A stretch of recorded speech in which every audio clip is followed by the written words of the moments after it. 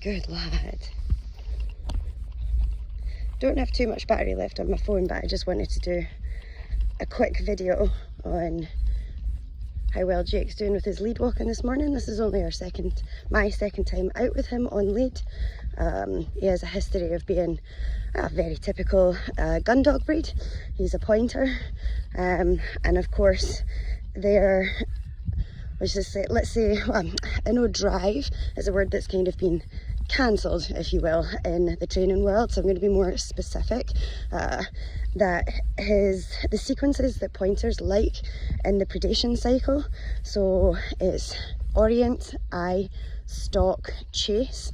Those are the bits that these guys really excel at, and of course they can complete it with, catch, kill, dissect.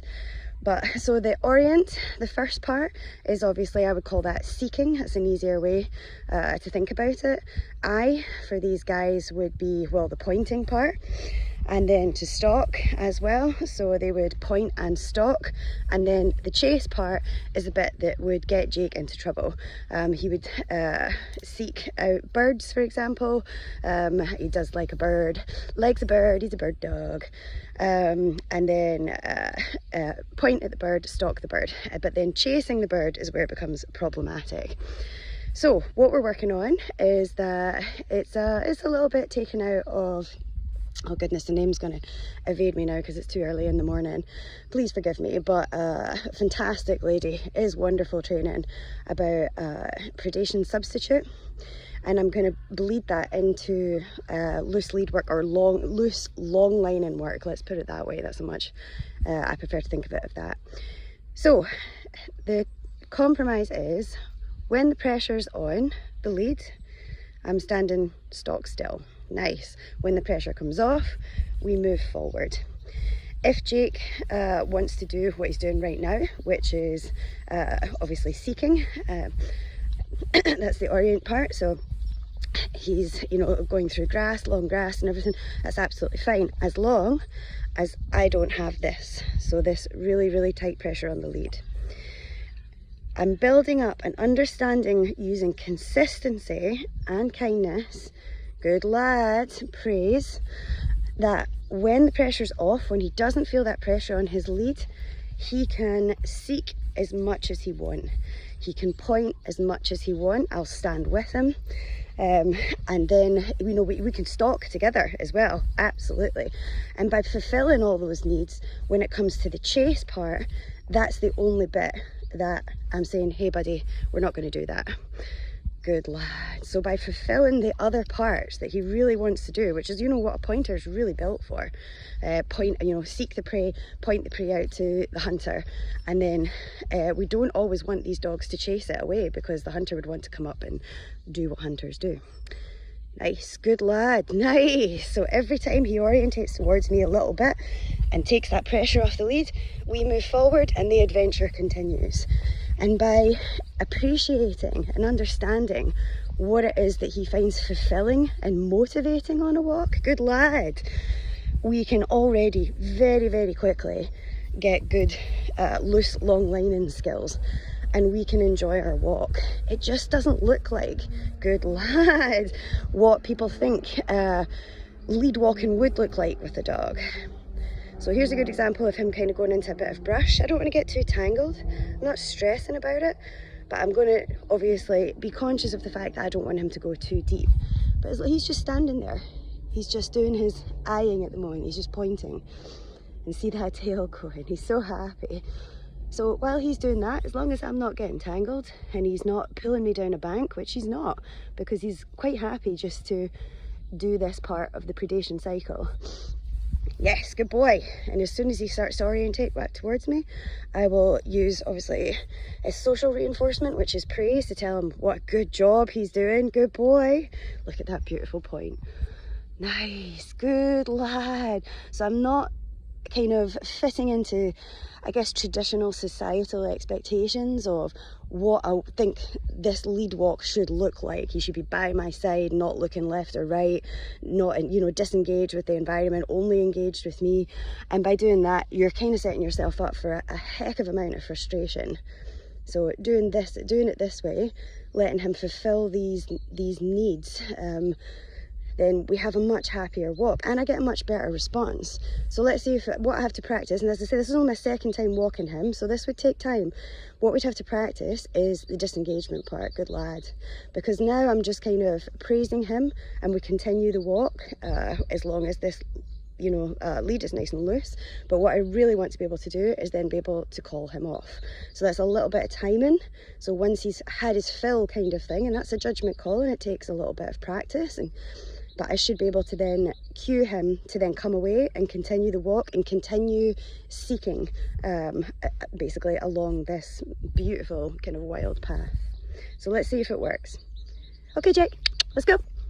Nice, good boy. So that was just verbal. I didn't have to put any pressure on the lead at all. So there we go. You can see what a difference it can make. In addition, I would obviously like to build up, if he was my dog, I would be looking to build up his ability to take food on a walk, because it's just this is super reinforcing for him, like him fulfilling his natural instincts. Good lad. But I would like to be able to, good boy, use a bit of food as reinforcement for just him being close to me, and maybe a little bit of healing if I needed it in certain situations. So there's stuff that I'd like to be able to use food for, but I'd have to build up that interest, because fulfilling his natural instincts is much more motivational for him right now than coming back to me for food. Good lad. Good boy. So just a quick video and a quick chat about how, with a dog that's got a real history of pulling, and this boy is so beautiful and so sweet, but he was in kennels for 2 years and was known to be impossible on the lead. And so you can see, by understanding the dog and the breed and his motivations, how quickly you can get good results. So again, if he just gets a bit strong, nice, good lad. Oh my goodness, I actually got eye contact there. That was a mother may I, what we doing kind of thing. If I don't have pressure, if this is nice and loose, so that's a little bit taut, and I just slow down, there we go, pressure comes off and the walk continues. Lovely. Just a quick example there before my battery dies. I also want to add on just to that video that the other thing that helps good lad Jake be successful so quickly with this kind of training is that his needs in all other departments are very fulfilled. So he has a wonderful family who give him lots of love, lots of affection. He has a lot of choice in his home about where he can go and stuff he can do, beds, all the rest of it. He's got companionship in other dogs. He's got a fantastic diet. His mum is very much into nutrition and holistic health, and obviously they make sure that he's fit and healthy in himself and any health issues are addressed.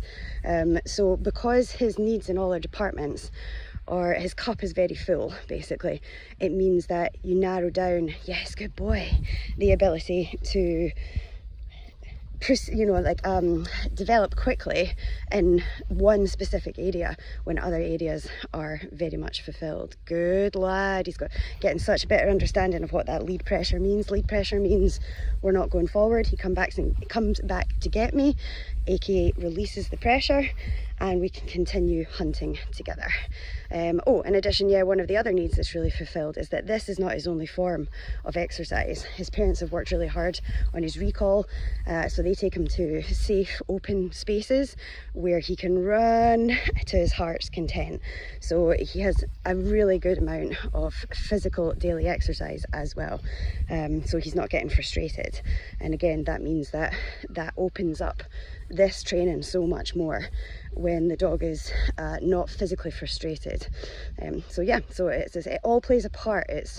Everything is a piece of the puzzle, and this is why, again, an understanding of the dog. Oh, did that smell?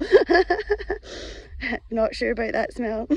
Good lad. An understanding of the dog, as I say, of his breed motivations and drive, also his history, where he's come from. He's an ex-Shast dog, so what he's been bred to do is much more ingrained than it would be, like, say, for example, in a show pointer. So an understanding of all of that, having his emotional cup filled, and it means that you can make progress really quickly. It's not, I don't like to come on and do like an example of training. Yes, good boy, well done, and have you think that it's one word or it's magic. It's not. It's looking at the big picture. But that's how you can make progress quickly, is when you consider the whole picture. Yes, good boy. Oh, there we go. So we've got a bird. So I'm going to stand still. He had a little tug there, and that's okay because it was just instinct to chase it. So we have point. Good boy. Yes, good boy. Let's see if he can disengage. Yes, good man. Well done. Comes back to get me, and we continue the hunt together. Now, you might be a little bit fizzy after that. Totally understandable. Good boy. And don't make the mistake of thinking that he's not engaged with me. He is. Just because he's not staring at me in the eyes like maybe a German Shepherd or a Collie would. Good boy. Good boy. He is still giving me plenty of engagement. You have to look at the body language and think about the dog in front of you, and don't put expectations of other breeds onto this breed. So again, if he just gets a little bit strong, yes, good boy. Slackens it off, and we continue. That was a really good example. So one little tug, because that bird obviously just came out of a bush. And of course, he's naturally going to be like, bird! But he recovered quickly. Good. He's still engaged. He's still thinking about what lead pressure means. He's doing awesome.